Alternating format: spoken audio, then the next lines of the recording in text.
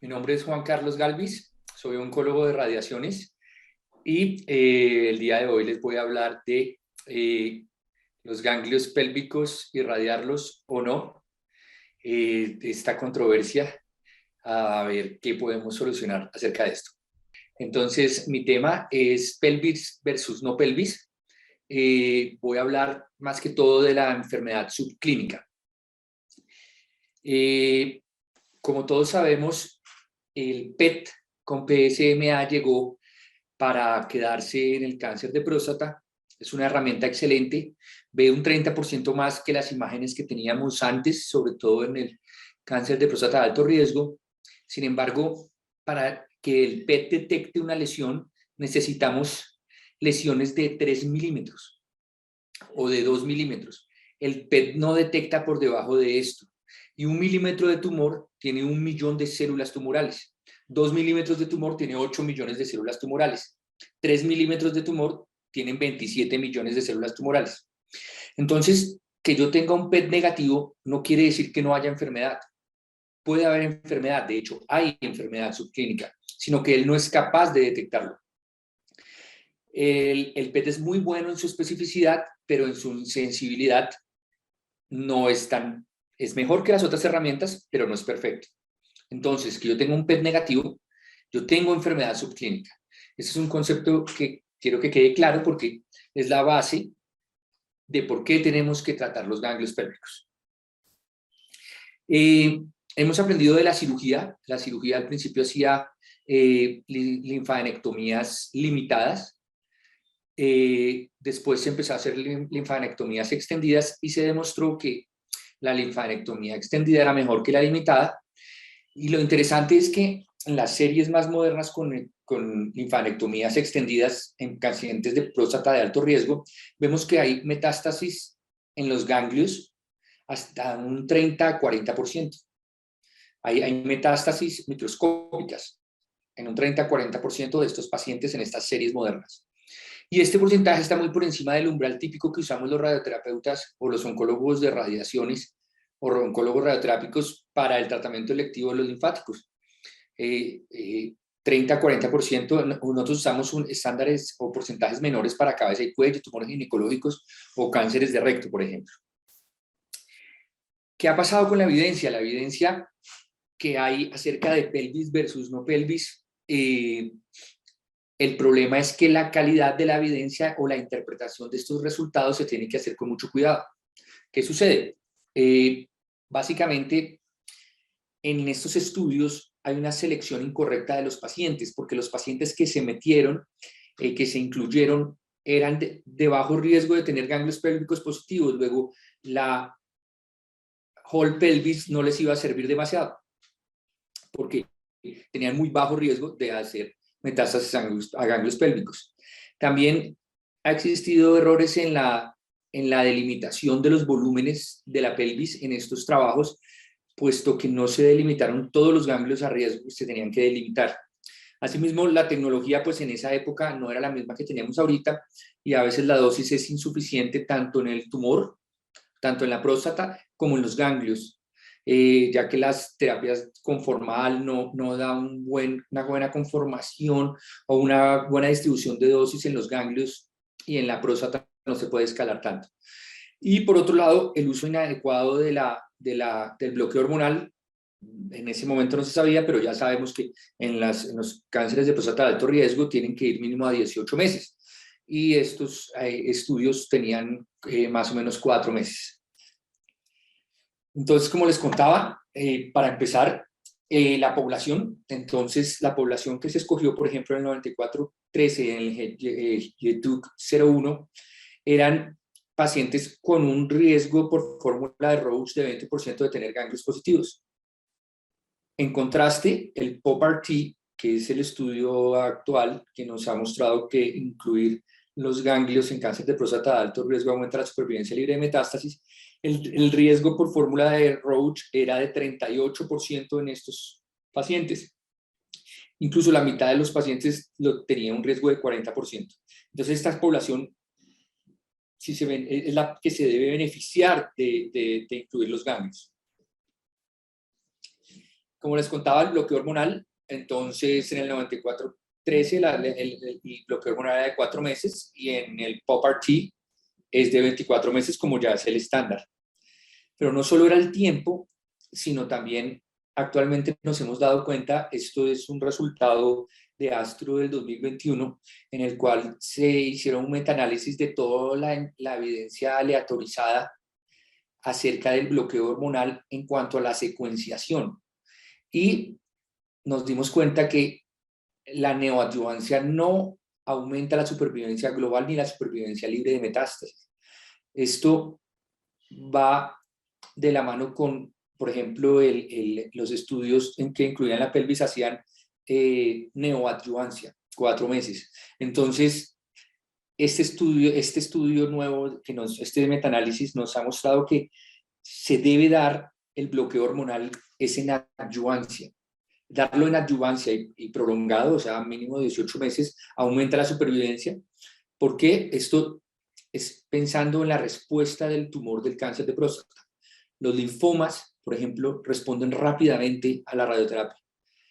El cáncer de próstata responde de una manera lenta. Entonces, incluso vemos que el nadir del PSA se alcanza un año y medio después, lo cual quiere decir que en este tiempo posterior a la radioterapia es donde yo tengo que tener la ayuda del bloqueo hormonal. Como les decía, entonces la nueva evidencia dice que neoadyuvancia no, adyuvancia sí. Los volúmenes. ¿Qué pasa con estos estudios? Entonces el GTUC y el RTOG9413 tenían volúmenes en los cuales se excluían los ganglios ilíacos comunes y parte de los ganglios ilíacos externos y presacros. Entonces, pues no se estaba cogiendo en la totalidad los ganglios que se deberían coger.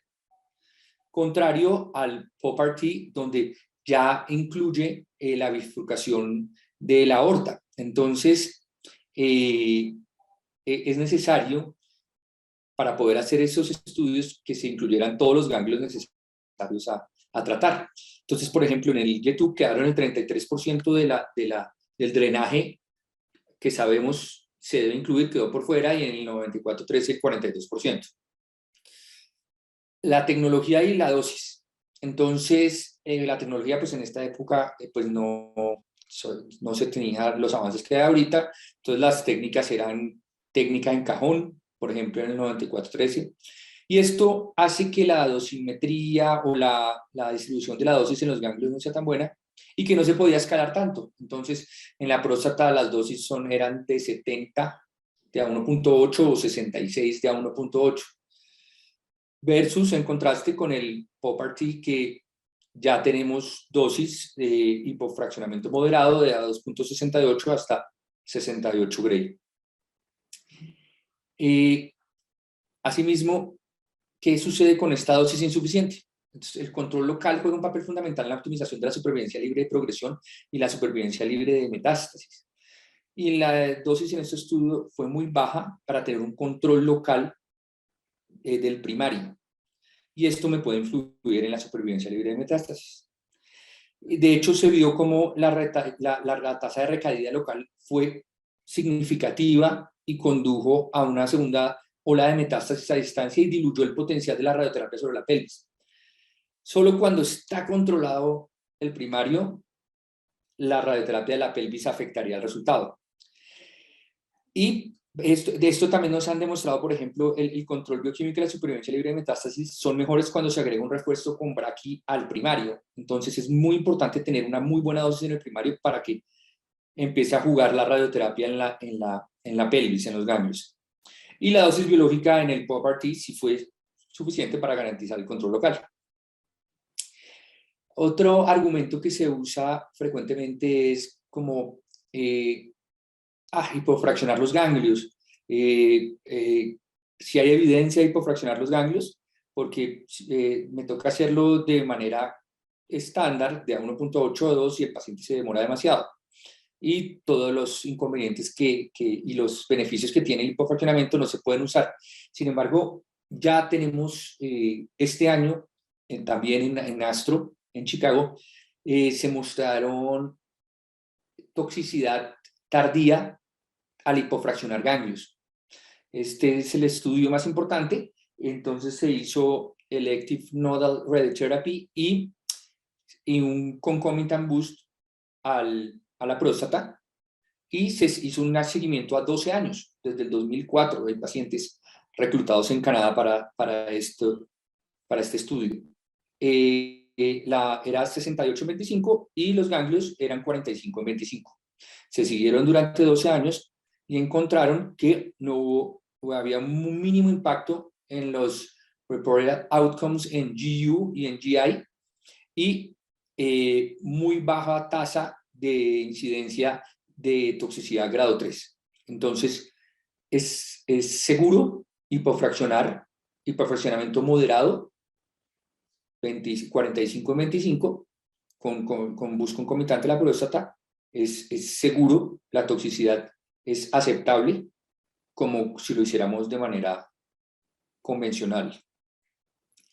Asimismo, entonces, mucha gente que usa radiocirugía para los tratamientos de cáncer de próstata, también se revelaron estudios de toxicidad aguda y un poco tardía. En este caso fueron 38 meses nomás, pero con hipofraccionamiento extremo en los ganglios. Es un estudio también canadiense. Los ganglios fueron a 25 Gray en 5 fracciones. Cogieron estos 4 estudios que incluyeron ganglios con hiperfraccionamiento extremo. Algunos utilizaban braqui, otros radiocirugía. El seguimiento fue a 38 meses y, como les contaba, la toxicidad aguda fue mayor, pero fue aceptable, por decirlo así. Hubo una mayor aguda grado 1 y grado 2, pero fue aceptable. Y cuando hicieron una sumatoria de la grado 2 más la grado 3, no fue significativo. Entonces, se encontró una toxicidad aceptable también para hipofraccionar de manera extrema, aunque esto solo lleva 38 meses, no como el de hipofraccionamiento moderado que lleva 13 años en seguimiento. En este tenemos que seguir el seguimiento, pero parece que todo indica que vamos a poder hipofraccionar con dosis hipofraccionamiento extremo. Las limitaciones de estos estudios, pues que eran 4 cohortes separadas y eran de single arm, y las fortalezas es que pues son los prospectivos más largos que hay usando irradiación ganglionar con hiperfraccionamiento extremo. Entonces, como les contaba, el estudio que también nos ha cambiado un poco la manera de pensar acerca de la pelvis, por decirlo así, de irradiar la pelvis, es este estudio hecho por Morty en el 2019, fue presentado. Lo interesante es, esta respuesta siempre la estaban buscando en Estados Unidos, pero no la dieron en la India. ¿Por qué? Porque ellos tienen unas excelentes bases de datos, porque hubo una ley como en el 2010 en la que creó e incentivó programadores, y ahora hay mejores programadores que en Silicon Valley, hay en la India, y tienen unas bases de datos increíbles, y aleatorizaron pacientes de cáncer de alto riesgo a radioterapia en la próstata o radioterapia ganglios más próstata. Lo interesante de este estudio es que los pacientes hasta el 85% tenían PET y el PET era negativo. Esto es muy importante porque ya me ayuda a seleccionar mejor la población. Entonces, tenía un PET, teniendo todos PET negativo, lo aleatoricé a pelvis versus no pelvis. ¿De qué nos habla esto? De que yo teniendo un PET negativo, tengo una enfermedad subclínica. Y en el caso del cáncer de próstata de alto riesgo, estoy hablando de una enfermedad subclínica, casi que el cáncer de próstata de alto riesgo tiene una enfermedad micrometastásica ganglionar. Porque si no, no hubiera existido diferencia en aleatorizar estos pacientes. Entonces, al aleatorizarlos con PET negativo, hubo una diferencia significativa en la supervivencia libre de progresión. Hubo más eventos de recaída en los pacientes que fueron solo a la próstata a los que fueron a próstata más ganglios. Acá vemos los patrones de recurrencia y vemos cómo regional con ganglios solo recayó 1 de whole pelvis versus 11 en los que se irradió la próstata. Entonces, ¿qué nos habla? Primero, que el PET no es perfecto, entonces que el PET marque negativo o no marque en cáncer de próstata de alto riesgo no quiere decir que no haya enfermedad subclínica. Y la muestra es este estudio, que al irradiar los ganglios con PET negativo, me aumentó la supervivencia libre de recaída. Este otro estudio también fue publicado en ESMO del 2021, hace un mes, y lo interesante de este estudio es que cogieron poblaciones de muy alto riesgo, N0, N1, y le adicionaron apalutamida o enzalutamida. Lo interesante es que en cáncer de próstata M0 localizado de alto riesgo o muy alto riesgo, N0 y N1, el añadir la apalutamida me aumentó la supervivencia global, lo cual quiere decir que estamos frente a una enfermedad más agresiva que, aunque no veamos ganglios en el PET, hay una enfermedad subclínica agresiva que se beneficia de bloqueadores de segunda generación, como en este caso la apalutamida. Uno de los argumentos también es, no trato la pelvis, yo rescato al paciente con radiocirugía cuando recaiga. ¿Qué sucede? Cuando se hace radiocirugía de salvamento, existe un riesgo sustancial de recaída de enfermedad yacente a donde yo tengo el ganglio que marcó.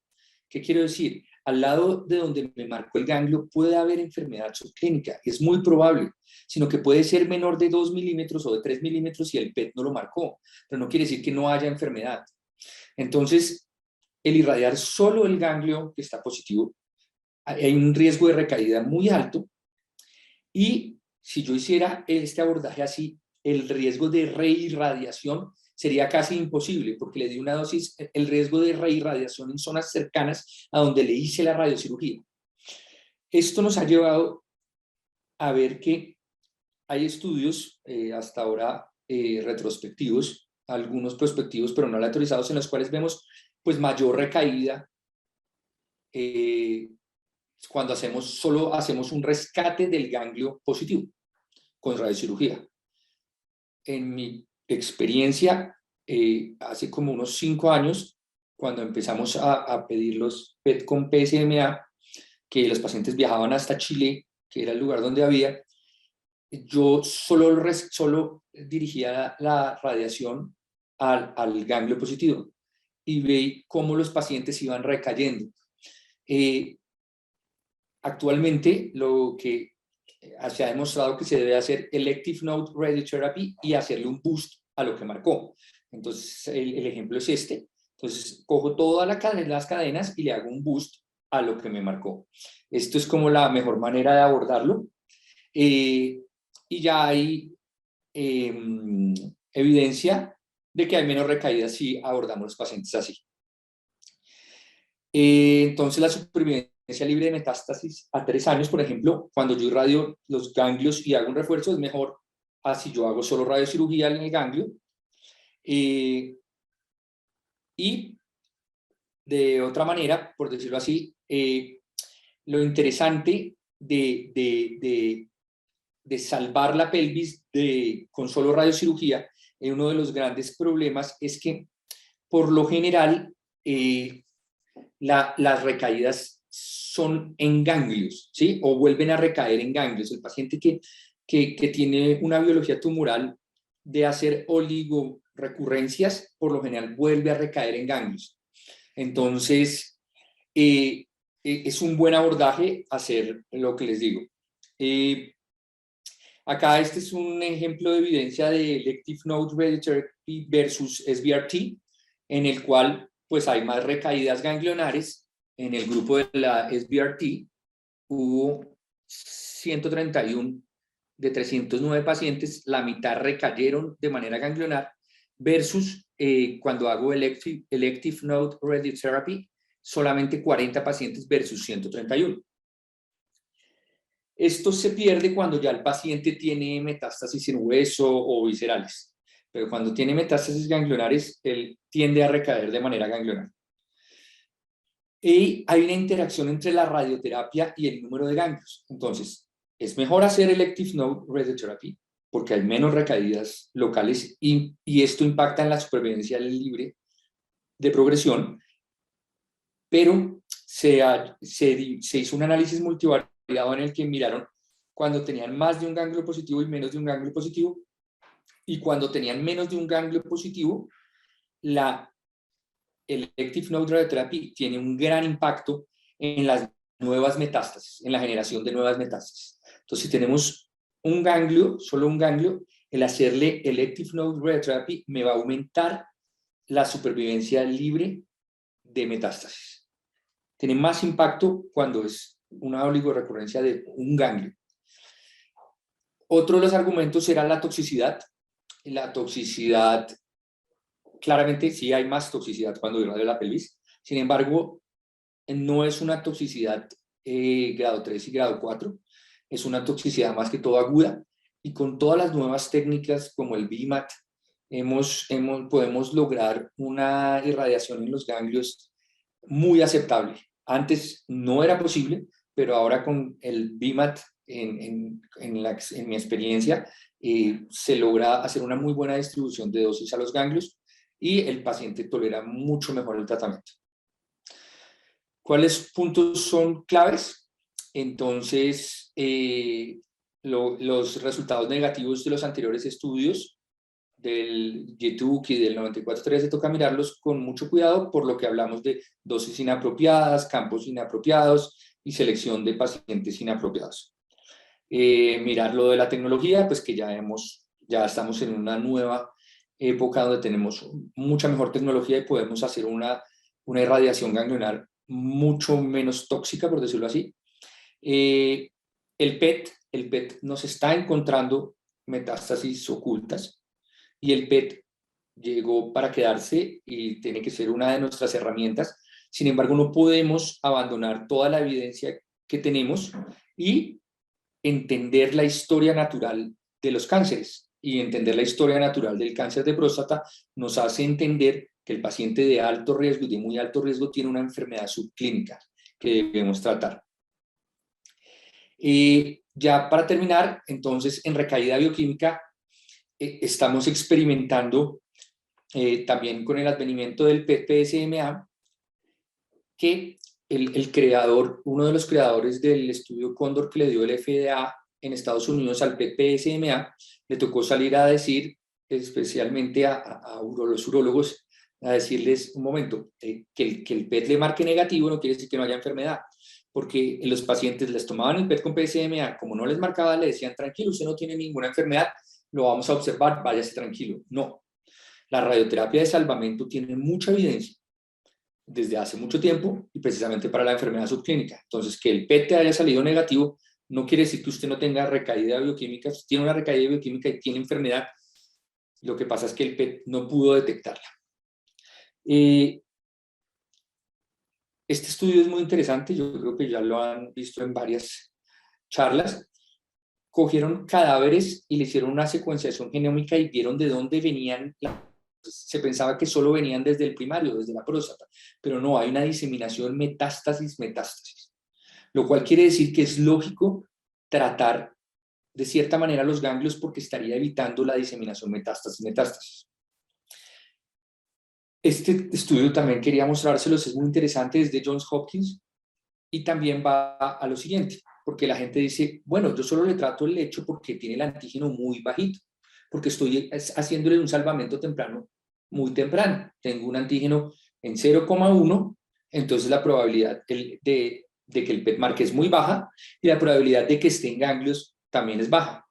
Esto es parcialmente cierto, porque el PET con PSMA nos ha enseñado muchas cosas, como por ejemplo, que en antígenos de 0.2 a 0.4, yo acá les muestro el verde, puedo tener recurrencias ganglionares con PSMAs bajitos, con PSAs bajitos. Entonces no es tan directamente proporcional que yo diga, no, yo tengo un PSA en 0.2 en recaída, eso no se ha ido a ganglios. Sí, puede, porque de 0,2 a 0,4, acá nos muestra el verde, algunos marcan en ganglios. Entonces, el asumir que porque el antígeno está bajito, yo no tengo que incluir los ganglios, no es cierto y no lo está mostrando el PET con PSMA. Asimismo, otro hallazgo interesantísimo de este estudio de Johns Hopkins es que puede que yo tenga bordes negativos y pueden existir recaídas locales con bordes negativos. Porque antes se pensaba que si uno tenía un borde positivo, pues ahí tenía que irradiar ahí porque ahí iba a volver a nacer el tumor. Es lógico, pero el PET también nos ha demostrado que la biología tumoral puede ser diferente. Y puedo tener bordes negativos y tener recaídas en el lecho prostático con bordes negativos.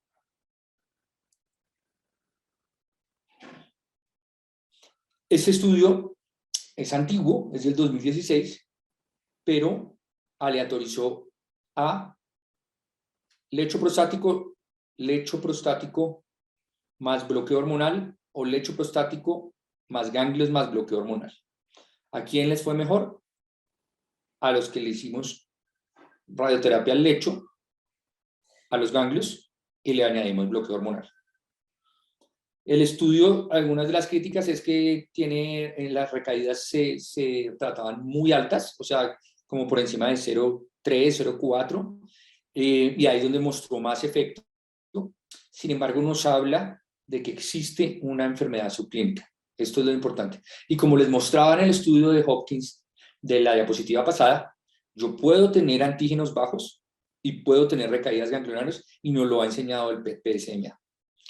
Este es un trabajo que vamos a presentar acá mismo en Alatro. Cogimos los PET y miramos la diferencia que había en la estadificación versus las imágenes convencionales, y como ya sabemos, pues hubo una mejoría en esta cohorte nuestra de 77% para el PET en alto riesgo y del 69% para los PET que pedíamos en recaída bioquímica. Pero lo interesante de lo que encontramos acá es que habían ganglios que estaban por fuera de los campos tradicionales que nosotros hacemos. Ganglios especialmente presacros y paraórticos es lo que encontramos que están por fuera de nuestras plantillas guiadas por la RTOG. Entonces, lo que hemos llegado a entender es que el PET nos está guiando la radioterapia. Entonces, ya que el 36% de los pacientes que iban a radioterapia curativa, yo tenía que hacer radioterapia en campos por fuera de los campos tradicionales de radioterapia. Y en los de llevado a salvamento, el 21% de los pacientes yo tuve que incluir zonas que no incluía en los campos mandados por la RTOG. Entonces, el PET no solo nos está ayudando a ver más, sino nos está ayudando a dirigir la radioterapia, a guiarla. Esto se corrobora con este estudio en el cual hicieron un mapa de calor, un atlas de las recaídas con PET con PSMA, y nos dimos cuenta que cuando era mayor de 1 nanogramo por decilitro en la recaída, se salía completamente de los campos tradicionales, especialmente se iba a paraórticos. Entonces, para concluir, los resultados negativos en estudios acerca de irradiar ganglios pélvicos es por dosis subterapéuticas, selección inapropiada de pacientes y delimitación de volúmenes subóptima. La radioterapia convencional tenía mala distribución en las dosis de ganglios pélvicos. El PET tiene mayor sensibilidad en detección de la metástasis ganglionar oculta y mejora la selección de pacientes que se beneficiarán de Whole pelvis. Además, guía la radioterapia, como les conté. No olvidarnos de la enfermedad subclínica, de esto nos lo enseña el POPRT, y también de la enfermedad subclínica nos enseña el RTOG 0534, el de recaída bioquímica que incluía ganglios. Lo que he repetido durante toda la charla, el PET-PSMA detecta desde 3 milímetros, que sea negativo, tiene 8 millones de células tumorales ahí, debe ir a Early Salvage Radiotherapy, que tiene mucha evidencia. Y las nuevas técnicas de escalamiento de dosis, las nuevas técnicas como el BIMAT nos permiten llegar a ganglios hasta 60 Gray a ganglios, y por fuera, dentro y por fuera de los campos establecidos por la RTOG. Muchas gracias a todos por su atención, muchas gracias a Alatro, a su presidencia por la organización del evento.